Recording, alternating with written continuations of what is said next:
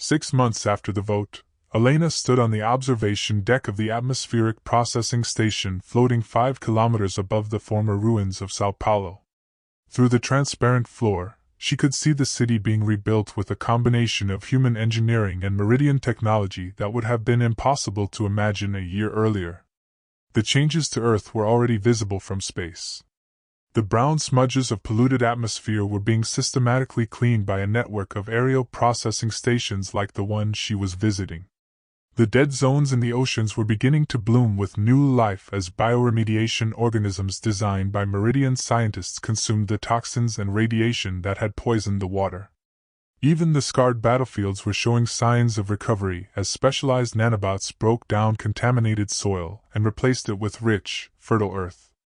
The atmospheric composition over this region has improved by 43%, reported Dr. Chen, consulting the holographic display that floated beside her. Carbon dioxide levels are approaching pre-industrial concentrations, and the toxic particulate matter has been reduced by over 90%.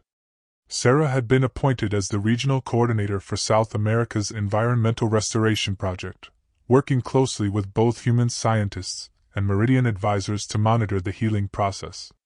The work was exhausting but exhilarating. For the first time in years, they were building rather than destroying. The integration is proceeding more smoothly than we anticipated, added Thanel, the Meridian observer who served as liaison for the South American Restoration Project. Unlike Zefka, who remained stationed aboard the orbital observation vessel, Thanel had taken up residence on Earth to work directly with human scientists and engineers. Elena had grown accustomed to Thanel's presence over the past months, though she still found the alien's ability to shift his bioluminescent patterns in response to emotions somewhat unsettling. Right now, his patterns were cycling through what she had learned indicated satisfaction and mild concern. "What's troubling you?" Elena asked. Thanel's patterns shifted to contemplative purple. "The environmental restoration is exceeding all projections. The technological integration has been remarkably successful. But I am concerned about the psychological adaptation of your species." Elena knew what he meant.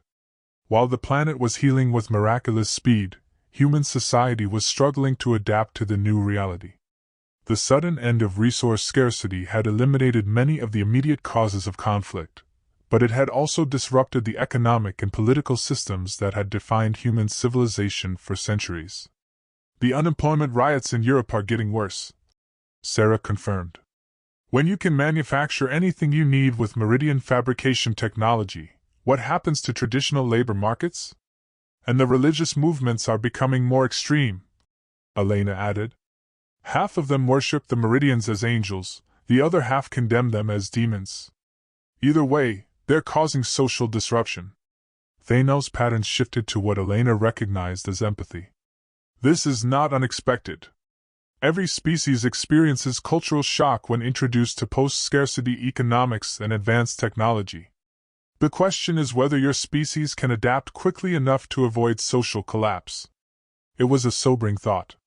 They had prevented environmental extinction only to face the possibility of cultural extinction as human society struggled to redefine itself in a world where many of the assumptions that had driven civilization for millennia no longer applied. "The Galactic Council is watching our progress carefully," Elena said, stating what they all knew. The 47 spacefaring civilizations that made up the galactic community were evaluating humanity's readiness to join their ranks. The environmental restoration was only the first test. The harder challenge was proving that humans could handle advanced technology without destroying themselves or others.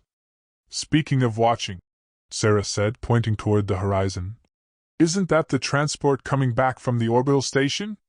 Elena turned to see a sleek Meridian craft approaching the atmospheric processor. Zefka had been spending most of her time coordinating with the other observation vessels monitoring different regions of Earth, but she made regular visits to check on the progress at various restoration sites. The craft docked with the processing station using the same flowing, organic technology that had characterized all Meridian engineering. Moments later, Zefka emerged, her tall, graceful form immediately recognizable even among her own species. "Observer Zefka," Elena greeted her. How are the other regions progressing? The environmental restoration continues ahead of schedule across all continents, Zefka replied, her patterns indicating deep satisfaction. The Pacific Ocean's dead zones will be fully restored within 2 Earth months. The atmospheric composition should reach optimal levels within 6 months. The radiation zones are being neutralized faster than our most optimistic projections. But, Elena prompted, sensing the underlying concern in the alien's tone.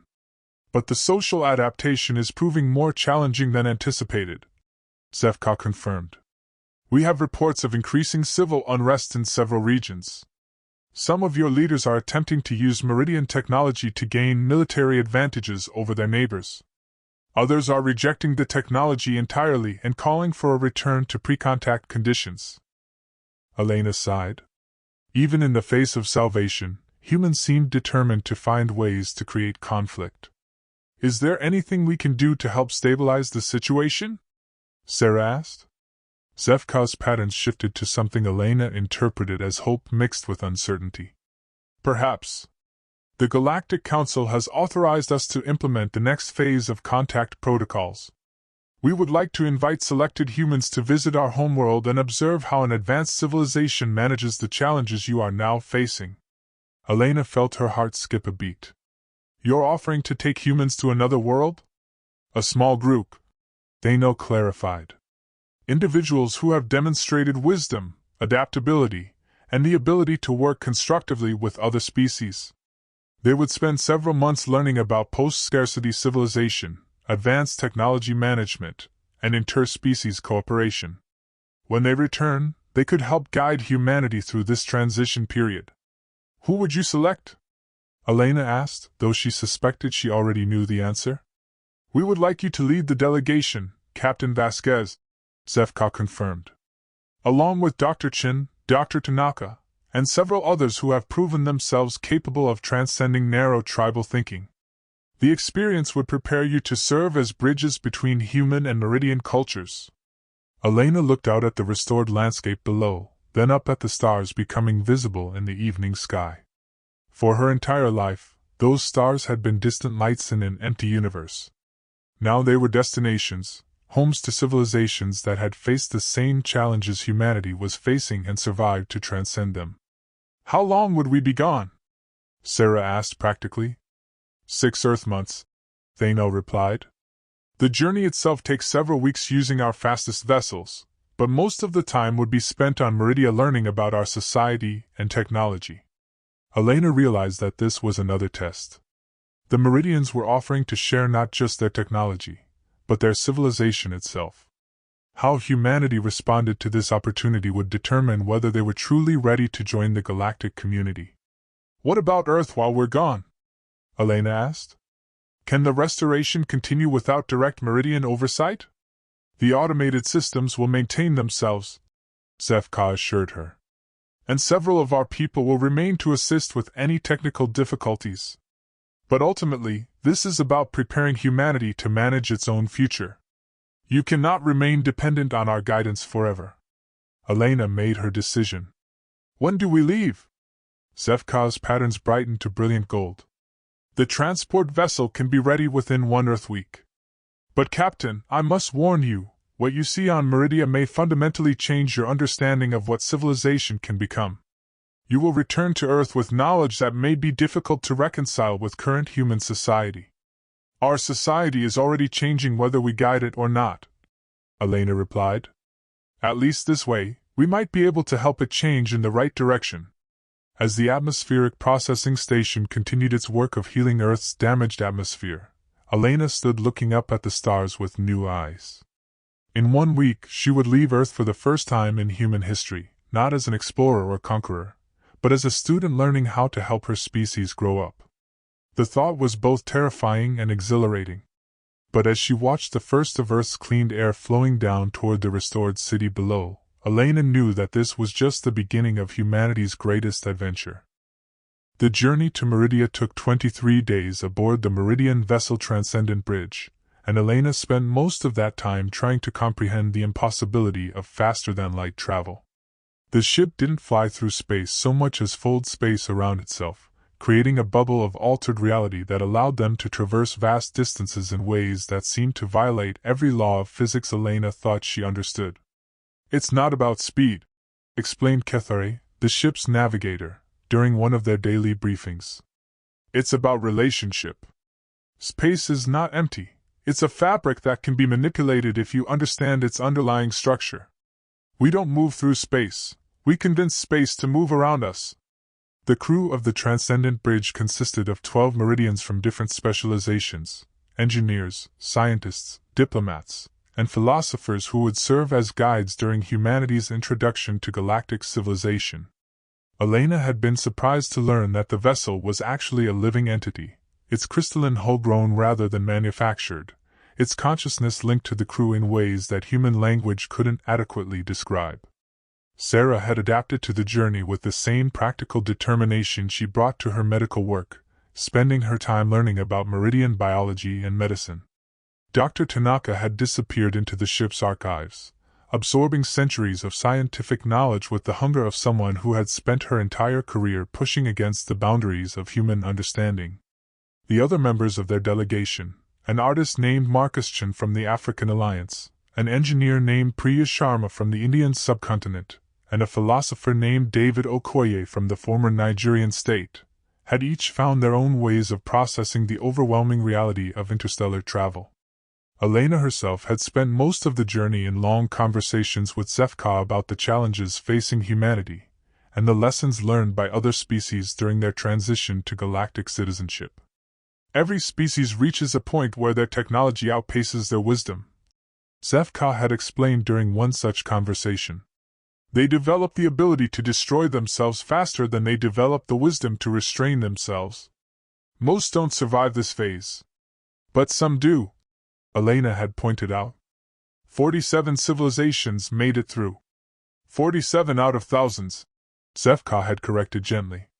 "The universe is littered with the remains of species that couldn't transcend their violent origins. We preserve their memory, but we cannot preserve their existence." Now, as the Transcendent Bridge approached Meridia, Elena stood in the ship's observation dome trying to process what she was seeing. The Meridian homeworld hung in space like a sapphire wrapped in silver threads, its surface a combination of vast oceans and crystalline cities that seemed to grow from the landscape itself. "It's beautiful," Sarah whispered beside her. "It's impossible," Dr. Tanaka added, her scientific mind struggling to process what they were observing. "The energy readings alone, they're using their entire moon as some kind of power collector." "Not power," Kethare corrected, approaching from behind them. "Harmony. The moon collects and focuses the natural resonances of our solar system, creating a field of stability that allows our civilization to exist in balance with our environment." As they descended through Meridia's atmosphere, Elena began to understand what Kethare meant. Unlike Earth cities, which had been built by imposing human will on the natural landscape, Meridian settlements seemed to flow naturally from their surroundings. Crystalline spires rose from forested hills like geometric trees, their surfaces reflecting and amplifying the light of Meridia's twin suns. "How many people live here?" Elena asked. "Approximately 2 billion Meridians," Zefka replied. "But the concept of people becomes complex when you consider our extended lifespans and our connection to the planetary consciousness." "Planetary consciousness?" "Meridia itself is aware," Zefka explained. "Our civilization exists in symbiosis with our world's natural intelligence. We are not separate from our environment, we are part of it." The landing area was a vast open space surrounded by flowing architectural forms that seemed to shift and change as Elena watched. As they disembarked from the Transcendent Bridge, she felt a strange tingling sensation, as if the ground itself was welcoming them. "That's the planetary consciousness acknowledging your presence," Zefka explained, noticing Elena's expression. "It recognizes you as guests, and is adjusting the local environment to ensure your comfort." Their first stop was what Zefka called a Cultural Orientation Center, a building that seemed to exist partially in normal space and partially in some other dimension Elena couldn't quite perceive. Inside, they were greeted by a council of Meridians representing different aspects of their civilization. "Welcome to Meridia," said the apparent leader, whose patterns were more complex and vibrant than any Elena had seen before. I am Avencor, speaker for the Planetary Council. We are honored to host the first representatives of humanity to visit our world.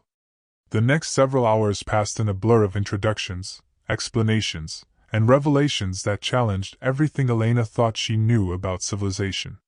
The Meridians had eliminated poverty, war, and environmental destruction not through technology alone, but through a fundamental shift in consciousness that recognized the interconnectedness of all life. Individual achievement is meaningful only within the context of collective flourishing, Avencor explained during their orientation session. We have learned that true advancement comes not from accumulating power over others, but from enhancing the well-being of the entire system. But how do you maintain innovation and progress without competition? Dr. Tanaka asked. Human civilization has been driven by the desire to surpass others. Competition and cooperation are not opposites, replied another council member, whose patterns indicated deep thought. We compete in service of shared goals rather than personal advantage. The challenge is not to defeat others, but to transcend our previous limitations together. Over the following days, Elena and her colleagues were taken on tours of Meridian society that revealed layer after layer of sophistication. They visited manufacturing centers where matter was assembled at the molecular level according to need rather than profit. They observed educational facilities where young Meridians learned not just facts and skills, but how to harmonize their individual gifts with the needs of their community. Most impressively, they were shown the decision-making processes that govern Meridian civilization. Instead of the hierarchical political structures that characterized human societies, the Meridians used a form of distributed consensus that incorporated input from every individual while maintaining efficiency and coherence. How is that possible? Elena asked during a session where she observed the Planetary Council addressing a complex resource allocation issue. How can you get meaningful input from 2 billion individuals without chaos? Through consciousness integration, Avencor explained. We don't simply count opinions, we synthesize perspectives. Each individual contributes their unique understanding to a collective intelligence that is greater than the sum of its parts. Elena watched as the Meridians around the council chamber seemed to enter a meditative state, their bioluminescent patterns synchronizing in complex waves of communication. Within minutes, they had reached a decision that addressed the resource issue while considering factors Elena hadn't even realized were relevant. Could humans learn to do this? She asked. Your species already demonstrates the capacity, SciFi assured her. When human groups work together effectively, you achieve a form of collective intelligence. The difference is that we have learned to do it consciously and systematically. But it was their visit to the Memorial of Lost Worlds that most profoundly affected Elena's understanding of galactic civilization. The memorial was a vast crystalline structure that preserved the history and achievements of species that had failed to survive their technological adolescence. Each of these civilizations had gifts that could have enriched the galaxy. The memorial's keeper explained as they walked through chambers filled with art, music, and scientific discoveries from extinct species. But they could not transcend the evolutionary drives that had served them during their development phase. Elena paused before a display showing the final broadcast from a species that had destroyed itself in nuclear warfare just decades before developing interstellar travel. The beings in the recordings looked remarkably similar to humans, bipedal, tool-using, clearly intelligent and creative. How close did they come? She asked quietly. They had achieved space flight, developed nuclear energy, and were on the verge of breakthrough discoveries in consciousness research, the keeper replied. But their tribal thinking prevented them from recognizing their common fate until it was too late. Sarah joined Elena in front of the display. They could have been us, she said softly. They still could be us, Elena replied, feeling the weight of humanity's future pressing down on her. That's why we're here. As their visit to Meridia neared its end, Elena found herself both inspired and daunted by what she had learned. The Meridians had shown her what human civilization could become if it could transcend its violent and competitive origins. But they had also shown her how narrow the window was for making that transition successfully. What happens now? She asked SciFi during their final evening on Meridia. They were standing on an observation platform overlooking one of the crystal cities, watching the interplay of natural and artificial light as the twin suns set. "Now you return to Earth with knowledge of what is possible," Zefka replied. "The question is whether humanity can use that knowledge to transform itself before it's too late." Elena thought about the social unrest that had been building on Earth during their absence, about the political leaders who were still trying to use Meridian technology for nationalistic advantage, about the religious movements that saw alien contact as either salvation or damnation. "What if we can't?" she asked. "What if we're too set in our ways to change?" Zefka's patterns shifted to something Elena had learned to recognize as hope mixed with determination. "Then we will mourn humanity's passing and preserve your achievements in the memorial of lost worlds." "But Elena, I have spent months observing your species, and I believe you have the capacity for wisdom. The question is whether you have the will to use it." As the transcendent bridge prepared for the journey back to Earth, Elena carried with her not just knowledge of advanced technology and alien civilization, but a vision of what humanity could become. Whether that vision would inspire her species to transcendence, or serve as a reminder of lost opportunity remained to be seen. But for the first time since the war began, Elena felt genuine hope for humanity's future. They had been given not just the tools for survival, but the knowledge of what lay beyond survival. Now it was up to them to decide which path to choose. Elena's return to Earth 6 months later felt like stepping backwards through time. The environmental restoration was proceeding beautifully. The skies were clearer than they had been in decades, the oceans were recovering their lost biodiversity, and the scarred battlefields were blooming with new life. But human society was fragmenting in ways that made the resource wars seem simple by comparison. "It's gotten worse since you left," Dr. Martinez, Elena's deputy, briefed her as they flew over the former New York metropolitan area. Below them, the gleaming spires of rebuilt Manhattan rose from carefully restored natural parkland, but the harmony of the landscape couldn't hide the social tensions crackling through human civilization. "The purist movement has gained significant ground in Europe and North America," Martinez continued. "They're demanding complete rejection of Meridian technology and a return to what they call authentic human civilization. Meanwhile, the Transcendents are pushing for immediate adoption of consciousness integration techniques and full merger with Meridian society." Elena studied the intelligence reports streaming across her tablet. The purists were led by a charismatic former general named Harrison Clark, who argued that accepting alien help had robbed humanity of its essential character and independence. The Transcendents, conversely, were led by a group of scientists and philosophers who believed humanity should abandon its primitive social structures and adopt Meridian methods wholesale. "What about the moderates?" Elena asked. "Caught in the middle and losing ground to both extremes," Martinez replied. "The Integration Council you helped establish is still functioning, but they're under pressure from all sides. Some national governments are threatening to withdraw from the restoration project entirely." As their transport descended toward the Integration Council headquarters in Geneva, Elena could see protesters gathered in the streets below. Some carried signs reading, "Human Independence Forever," while others displayed banners proclaiming, "Evolve or Die." The schism that was tearing apart human society was visible even from the air. Inside the council building, Elena found chaos that would have been familiar to any observer of human politics throughout history. Representatives from various factions were shouting at each other across a conference table while others huddled in smaller groups planning strategies and counter-strategies. "Captain Vasquez!" called Dr. Yuki Tanaka, who was serving as the council's scientific advisor. "Thank goodness you're back. We need to hear what you learned on Meridia." Elena surveyed the room, noting the absence of several key delegates. "Where is Chancellor Weber? And the representatives from the African Alliance?" "Weber withdrew the European Union from the Council 2 weeks ago," explained President Okafor, who was attending virtually from the Alliance's headquarters in Lagos. "He claims the integration process is proceeding too rapidly and threatens European sovereignty. Several smaller nations have followed suit." Elena felt her heart sink. The unanimous cooperation that had been required to initiate Meridian assistance was crumbling just as humanity was approaching the most critical phase of its transformation. What about the restoration project itself? Sarah asked.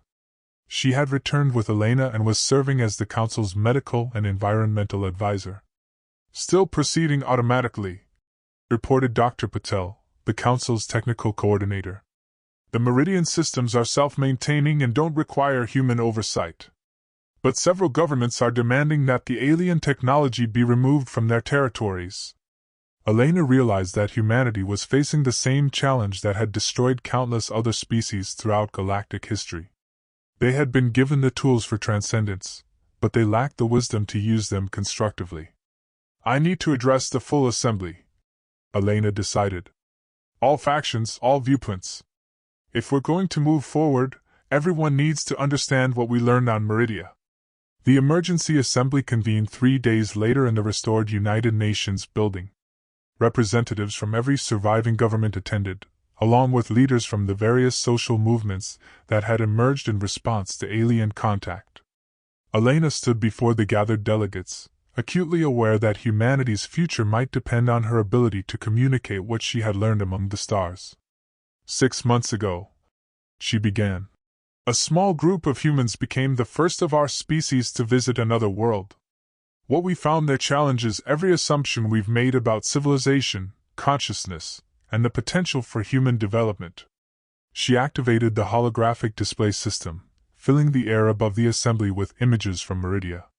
Gasps echoed through the hall as delegates saw the crystal cities, the harmonious integration of technology and nature, the peaceful cooperation of 2 billion beings working toward common goals.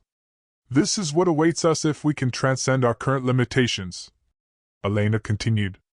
Not conquest by aliens, not the destruction of human culture, but the evolution of human civilization into something worthy of the stars. Pretty pictures, interrupted General Clark, who was attending as the unofficial representative of the purist movement. But at what cost? These aliens want us to abandon everything that makes us human. Elena had been expecting this objection. General Clark, what makes us human? Is it our capacity for violence? Our tendency toward tribal thinking? Our willingness to destroy our own world for short-term advantage? It's our independence, Clark replied firmly. Our self-reliance. Our refusal to bow down to superior forces. I've been among those superior forces, Elena countered. They don't want us to bow down to them. They want us to grow up and join them as equals. Equals? Scoffed Dr. Reeves, representing the Transcendent Movement. Captain Vasquez, surely you must have realized that we can never be equals with beings so far advanced beyond us. Our only rational choice is to surrender our primitive consciousness and merge with their superior collective intelligence. Elena felt the familiar frustration of being caught between extremes. Dr. Reeves, the Meridians specifically reject the idea of merger or absorption. They want diversity, not conformity. They want humanity to contribute our unique perspective to galactic civilization, not disappear into it. She turned back to the holographic display, showing scenes of Meridian society that had most impressed her. What I learned on Meridia is that consciousness is not a zero-sum game. Individual identity and collective cooperation can coexist and strengthen each other. The Meridians haven't abandoned their individuality. They've learned to express it in service of larger purposes. And how exactly are we supposed to achieve this miraculous transformation? Asked Chancellor Weber, attending virtually from Brussels. By abandoning our governments, our economies, our entire social structure? Elena had been dreading this question because she knew the answer would be difficult for many humans to accept. Not by abandoning them, she said carefully, but by evolving them. The Meridians showed us decision-making processes that incorporate individual input while achieving collective wisdom. They showed us economic systems that ensure everyone's needs are met while encouraging innovation and creativity. They showed us social structures that celebrate diversity while maintaining unity of purpose. You're talking about fundamental changes to human nature itself, observed Dr. Tanaka. No, Elena replied. I'm talking about expressing human nature more fully. Everything the Meridians achieve is based on capacities we already possess. Humans can cooperate on massive scales. We've proven that in times of crisis. Humans can transcend tribal thinking. We've seen it in our greatest achievements. Humans can balance individual ambition with collective good. We do it successfully in our families, our communities, our best institutions. She paused, looking around the assembly at faces that showed confusion, hope, fear, and stubborn resistance in roughly equal measure. The question is not whether we can become like the Meridians, Elena continued. The question is whether we choose to become the best version of ourselves. The debate that followed lasted for hours, covering familiar ground with passionate intensity. But Elena noticed something different this time, a growing recognition that the choice facing humanity was not between human and alien, but between evolution and extinction. As the session concluded, Zefka materialized in the center of the assembly hall. Her patterns were shifting through colors Elena had never seen before, and when she spoke, her voice carried undertones of urgency. Representatives of humanity, she said, I bring greetings from the Galactic Council and news of their recent deliberations regarding your species. The hall fell silent as delegates realized they were about to receive Galactic Civilization's assessment of humanity's progress. The environmental restoration of your world has exceeded all expectations, Zefka continued. The technological integration has proceeded smoothly. But the Galactic Council has serious concerns about your social and cultural adaptation. Elena felt her stomach tighten as she realized where this was heading. The Council has concluded that humanity is approaching a critical decision point, Zefka announced. In 3 Earth months, we will begin withdrawing our active assistance. The environmental restoration systems will remain in place and operational, but humanity must demonstrate its ability to manage its own development without external guidance. And if we fail this test? Asked Secretary General Martinez. Zefka's pattern shifted to profound sadness. Then we will withdraw completely and let your species choose its own fate. The galaxy cannot risk contact with a civilization that might use advanced technology to spread violence and chaos among the stars. The implications hit the assembly like a physical blow. Humanity had 3 months to prove it could transcend its violent and chaotic nature, or face abandonment by the only civilization capable of helping them survive. As delegates began shouting questions and demands, Elena realized that the real test had just begun. They had the tools for transcendence, and the knowledge of what was possible. Now they had to find the wisdom and will to use them before it was too late. The fate of humanity, and perhaps the galaxy itself, hung in the balance. The emergency session had been running for 18 hours straight, and Elena could see exhaustion etched on every face in the assembly hall. Empty coffee cups and discarded meal containers littered the tables, while delegates huddled in small groups engaged in increasingly desperate negotiations. 3 weeks had passed since Zefka's announcement of the Galactic Council's ultimatum, and human civilization seemed to be pulling itself apart at the seams. The purist movement had gained support from several major governments, who were demanding the immediate removal of all Meridian technology from their territories. The Transcendents had radicalized in response, calling for the overthrow of existing governments and their replacement with consciousness-integrated collective leadership. We're running out of time, Dr. Chen said quietly, joining Elena at the observation window overlooking Lake Geneva. Below them, protesters from both factions faced off across police barriers, their chants creating a cacophony that reflected the chaos consuming human society. 10 weeks, Elena replied, checking her chronometer. 10 weeks to prove to the galaxy that we're not a threat to interstellar civilization. The irony was bitter. Earth's environment was healthier than it had been in centuries. Poverty and hunger had been virtually eliminated by Meridian fabrication technology, and diseases that had plagued humanity for millennia were being cured by advanced medical techniques. But instead of celebrating their salvation, humans were tearing themselves apart arguing about whether they deserved to be saved. Captain Vasquez? Called Dr. Tanaka from across the room. We're ready for your input on the compromise proposal. Elena turned away from the window and walked back to the central conference table, where the Integration Council had been working around the clock to develop a framework that might satisfy both extremes. The document they had produced was a masterpiece of diplomatic language that managed to say everything and nothing simultaneously. The fundamental problem, Elena said, scanning the proposal. is that we're still thinking in terms of human versus alien, when the real choice is between cooperation and chaos. But that's exactly what the purists reject, pointed out Ambassador Stevens, representing the North American Federation. They see any cooperation with alien technology as a surrender of human autonomy. And the Transcendents see any preservation of existing human institutions as a rejection of necessary evolution, added Dr. Patel.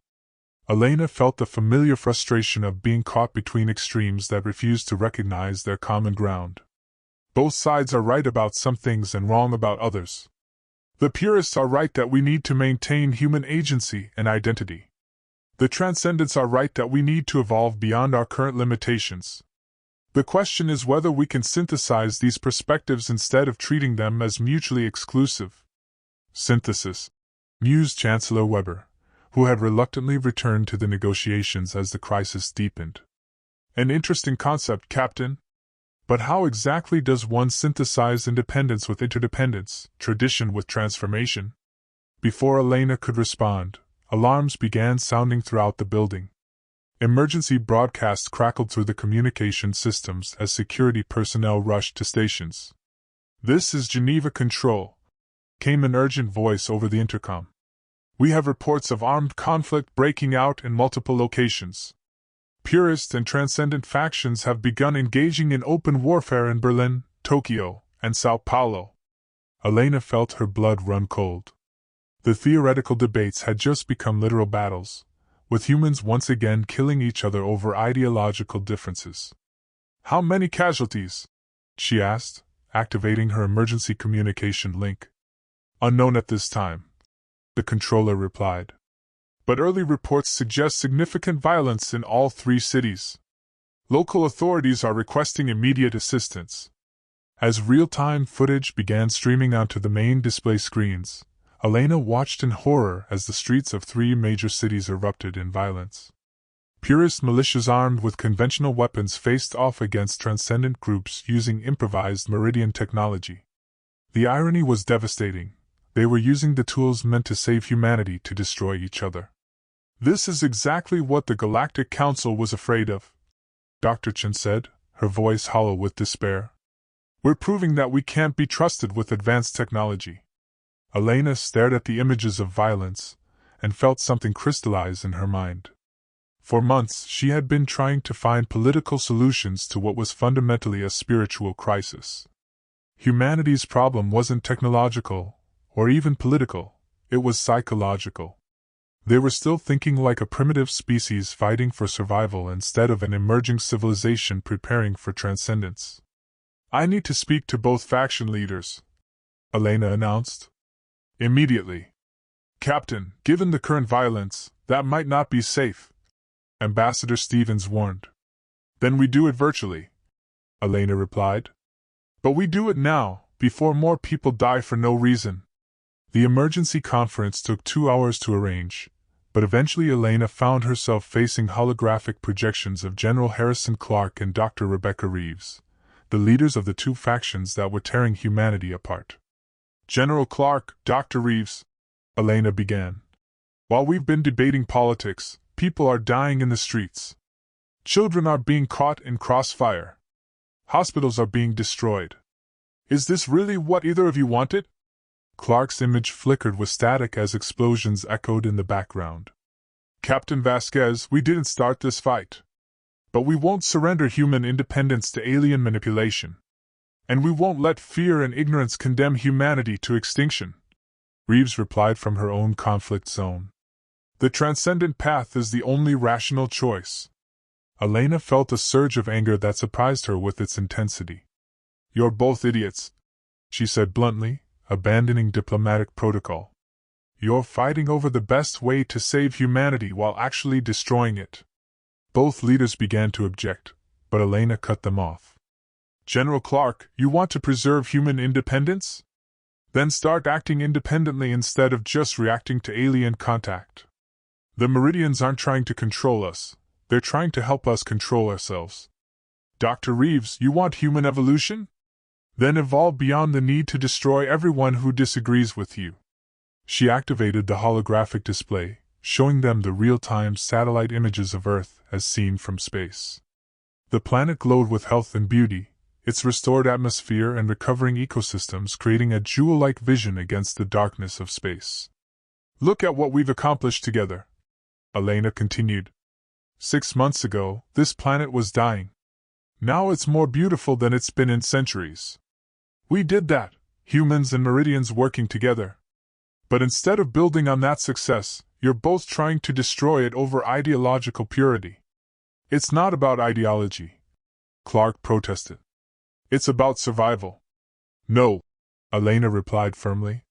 Survival is what we've already achieved. This is about what comes next. This is about whether we grow up or remain children forever. She paused, gathering her thoughts for what might be the most important speech of her life. Both of your movements are based on fear, she continued. General Clark, you're afraid that accepting help makes us weak. Dr. Reeves, you're afraid that maintaining our current nature makes us obsolete. But fear is exactly what's keeping us from seeing the real choice in front of us. Which is? Reeves asked. Whether we trust ourselves to be worthy of the gift we've been given, Elena replied. The Meridians aren't asking us to become them or to reject everything we are. They're asking us to become the best version of ourselves. And the best version of humanity isn't one that chooses independence over cooperation or tradition over progress. It's one that integrates both. She activated another display, showing scenes from Meridia that demonstrated the integration of individual identity with collective purpose. On Meridia, I saw individuals who maintained their unique perspectives while contributing to collective wisdom. I saw diversity that strengthened unity instead of threatening it. I saw a civilization that had learned to balance all the contradictions that we think are irreconcilable. And you think humans can achieve this? Clark asked skeptically. I know we can, Elena replied. Because we've already started. Every time we choose cooperation over conflict, every time we help each other instead of competing, every time we think beyond our immediate self-interest, we're already becoming what the Meridians achieved long ago. For several minutes, the three leaders sat in silence while explosions and gunfire continued in the background of both conflict zones. Finally, Dr. Reeves spoke. What exactly are you proposing, Captain? Elena took a deep breath, knowing that her next words might determine humanity's fate. I'm proposing that we stop fighting each other and start proving to the galaxy that we deserve to survive, she said. I'm proposing that we spend the next 7 weeks demonstrating human wisdom instead of human stupidity. I'm proposing that we show the Galactic Council what humanity looks like when we choose unity over division. And how exactly do we do that? Clark asked. Elena smiled for the first time in weeks. We start by ending this war right now, tonight. Both of you order your people to stand down, and then we work together to show the galaxy what humans are really capable of. The next few hours would determine whether humanity would transcend its violent past or confirm the Galactic Council's worst fears about primitive species with advanced technology. But for the first time since returning from Meridia, Elena felt genuine hope that they might choose wisely. The test of wisdom was just beginning. 1 year later, Elena stood in the same observation deck where she had first glimpsed Meridia, but now she was aboard humanity's first interstellar vessel, the New Horizon. Built through a collaboration between human engineering and Meridian technology, the ship represented everything humanity had learned about balancing independence with cooperation. Through the transparent hull, she could see Earth hanging in space like a blue-green jewel, its restored atmosphere and flourishing ecosystems a testament to what was possible when beings chose creation over destruction. But more importantly, the planet now hosted a truly unified human civilization, not uniform, but united in its commitment to growth and exploration. It's hard to believe it's only been a year, said Dr. Chin, joining Elena at the observation port. Sarah had been elected as one of the representatives to the newly formed Earth Council, which had replaced the chaotic collection of nation-states with a planetary government based on Meridian principles of distributed democracy. The transition wasn't easy, Elena replied, remembering the months of intensive negotiation and compromise that had followed the end of the faction wars. Both the purists and transcendents had been forced to abandon their extreme positions in favor of what became known as the synthesis path, a gradual integration of human and meridian approaches that preserved the best of both cultures. General Clark had surprised everyone by becoming one of the most effective advocates for human meridian cooperation, once he realized that working with aliens could actually strengthen human independence rather than undermine it. Dr. Reeves had channeled her passion for human evolution into developing new educational systems that helped humans develop consciousness integration abilities while maintaining their individual identities. The Galactic Council vote was unanimous, Dr. Tanaka reported, approaching from the ship's communication center. Humanity has been formally invited to join the community of space-faring civilizations. We'll have full membership status within 5 years. Elena felt a surge of pride that was tempered by awareness of the responsibility that came with galactic citizenship. Humanity had passed the test of wisdom, but that was just the beginning of their journey among the stars. Any word from the exploration teams? Elena asked. The Alpha Centauri mission is proceeding ahead of schedule, Tanaka replied. They've identified 3 potentially habitable worlds and are beginning preliminary terraforming assessments. The Vega expedition has made contact with the crystalline entities in that system and is establishing communication protocols. Elena nodded, marveling at how quickly humanity had adapted to thinking in interstellar terms. Within a decade, human settlements would exist on dozens of worlds, contributing to the galactic community's shared knowledge and culture. Captain Vasquez?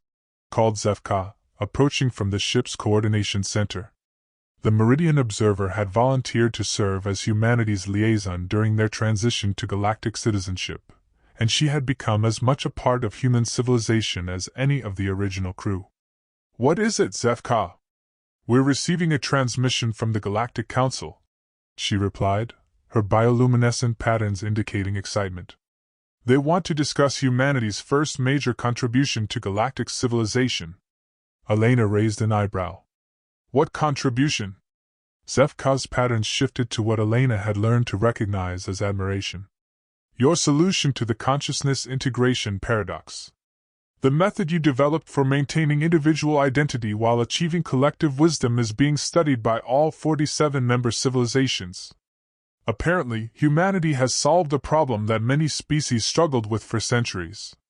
Elena felt a moment of amazement at the idea that humans, barely a year removed from trying to destroy themselves, were already contributing new knowledge to civilizations millions of years old. It wasn't really our solution, she protested. We just learned from what you taught us.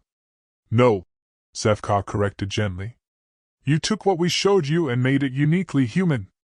That's exactly what the galaxy has been waiting for, not another species that copies existing solutions, but one that contributes new perspectives.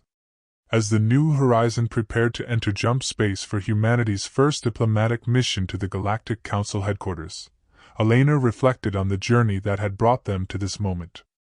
A year ago, Earth had been a dying world consumed by war and hatred. Now it was the home of a unified civilization preparing to take its place among the stars. The transformation hadn't been easy. It had required humans to abandon many of their most cherished assumptions about independence, competition, and the nature of civilization itself. But in letting go of those limitations, they had discovered capabilities they never knew they possessed. Jump space activation in 30 seconds, announced the ship's navigator, a human who had trained on Meridia and learned to blend human intuition with Meridian technical precision. Elena took one last look at Earth, thinking about all the people who had sacrificed to make this moment possible. The soldiers who had laid down their arms in the final weeks before the Galactic Council's deadline. The politicians who had surrendered power to create the unified Earth Council. The ordinary citizens who had chosen cooperation over conflict, hope over fear, wisdom over pride.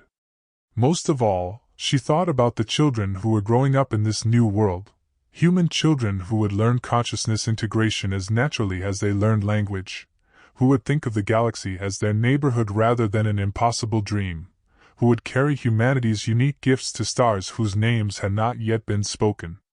Jump space activation, the navigator announced. As the new horizon folded space around itself and began its journey toward the galactic core, Elena felt the profound satisfaction of a species that had chosen to grow up rather than grow extinct. They had faced the ultimate test of wisdom and passed, not by becoming something other than human, but by becoming the best version of what they had always been capable of being. The stars awaited, and humanity was finally ready to join them. Behind them, Earth continued its slow rotation, its blue oceans and green continents hosting the dreams of 8 billion beings who had learned that the choice between unity and extinction was not really a choice at all. It was an opportunity to discover what they had always been meant to become. In the depths of space, 47 civilizations prepared to welcome their newest member to the community of worlds, while on a small blue planet in an ordinary spiral arm of the galaxy, children looked up at the stars and saw not distant lights, but destinations. The war was over. The healing had begun. The future was infinite. And humanity, at last, was home.